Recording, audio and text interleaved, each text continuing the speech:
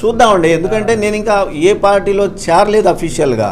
నేను చేరాలి అని అంటే షర్మిలమ్మ గారితో నా రాజకీయ భవిష్యత్తు ముడిపడి ఉంది.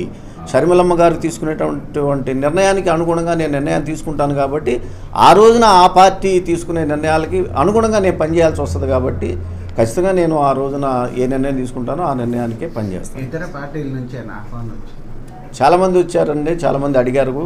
అయినా కూడా నేను వాళ్ళు నన్ను అడిగిన దానికి నేను గౌరవప్రదంగానే చెప్పాను. నేను రాజశేఖర రెడ్డి గారి మనిషినండి, రాజశేఖర రెడ్డి గారి కుటుంబంతోనే ఉంటాను. షర్మిలమ్మ గారు ఏ నిర్ణయం తీసుకుంటే ఆ నిర్ణయానికి అనుగుణంగా నేను పనిచేస్తానని చెప్పాను.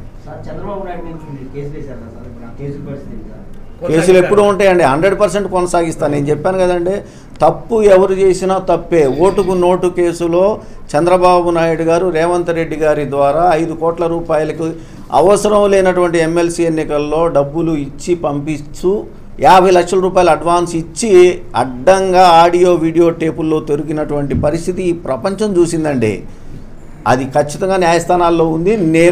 నేను ఎక్కడున్నా కూడా నేను ఒకవేళ రాజకీయాల్లో రేపు లేకపోయినా కూడా ఆ కేసులు కొనసాగుతాయి. ఇన్నర్ రింగ్ రోడ్డు కేసులో కూడా ఇదే నియోజకవర్గంలో నేను ఎమ్మెల్యేగా ఉండగా చంద్రబాబు నాయుడు గారు తెలుగుదేశం పార్టీ అనేది ఆ రోజుల్లో ఆ ప్రభుత్వం తప్పులు చేసిందనేది నా అభియోగాలతోటి నేను గౌరవ న్యాయస్థానాలని నేను ఆశ్రయించాను. కాబట్టి ఆ కేసులకు సంబంధించి నేను ఎక్కడికి వెనక్కి పోను. ఆ కేసులు కంటిన్యూ అవుతాయి ఖచ్చితంగా. రేవంత్ రెడ్డి కాంగ్రెస్ లో ఉన్నాడు కాబట్టి రేపు పొద్దున 2 పార్టీ ఒకే పార్టీలో ఉంటారు కాబట్టి ఏదైనా అవకాశం అసలు ఉండదండి.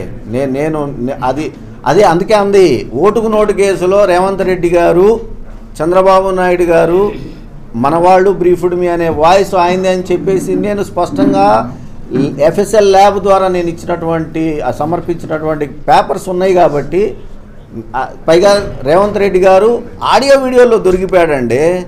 ముఖ్యమంత్రి అయితే ఏమన్నా గొప్ప ఏందండి? తప్పు చేసిన వాళ్ళు మహామహులే న్యాయస్థానం మెట్లెక్కి శిక్ష అనుభవించారు ప్రజాస్వామ్యంలో. దానికి ముఖ్యమంత్రి అనో ప్రధానమంత్రి అనో తేడా ఉండదు. తప్పు చేసిన వాడు తప్పే, ఆ శిక్ష అనుభవిస్తాడు ఎవరైనా. సార్, రేపు జగన్ ప్రభుత్వం కూడా చాలా తప్పులు చేసినాయని ఆరోపిస్తున్నాయి. వాటి మీద కూడా కేసులు వేసే అవకాశం ఉంది. ఆ రోజు చూస్తామండి పరిస్థితి.